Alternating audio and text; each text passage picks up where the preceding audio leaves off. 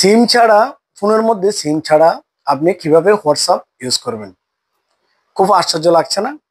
আশ্চর্য হওয়ার কিছু নেই। সম্পূর্ণ ভিডিওটি দেখবেন।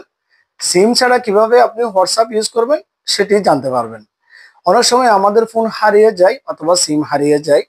যখন হারিয়ে যায় আমরা টেনশনের মধ্যে পড়ে যাই, ওই নাম্বারে আমার কি ছিল? হোয়াটসঅ্যাপ ছিল।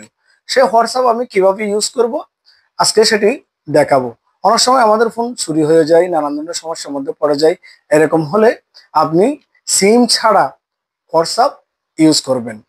তাহলে এই কাজটি কিভাবে করব? তাহলে সম্পূর্ণ ভিডিওটি দেখবেন এবং আমার এই প্রোফাইলে আমি সবসময় টেকনোলজি নিয়ে ভিডিও দিয়ে থাকি। এরকম গুরুত্বপূর্ণ ভিডিও দেখতে আমার প্রোফাইলটি ফলো দিয়ে পাশে থাকুন। এই কাজটি করার জন্য আপনাকে হোয়াটসঅ্যাপে যেতে হবে। হোয়াটসঅ্যাপে গিয়ে ডট ডটে যাবেন। ডট ডটে গিয়ে সেটিংয়ে যেতে হবে। সেটিংয়ে গিয়ে অ্যাকাউন্টে যাবেন। অ্যাকাউন্টে গিয়ে দেখেন ইমেল অ্যাড্রেস। ইমেল অ্যাড্রেসে যাবেন। আমার এখানে আগে থেকে ইমেল দেওয়া আছে, তার জন্য এখানে ইমেল শু করতেছে। আপনারা যখন ইমেল দেননি আপনাদের এখানে খালি ঘর দেখাবে।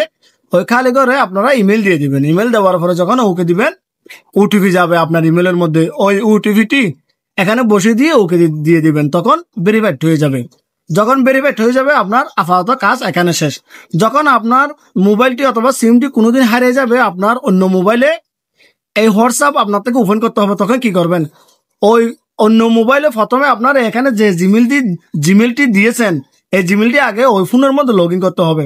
লগ ইন করার পরে হোয়াটসঅ্যাপ ইনস্টল করবেন।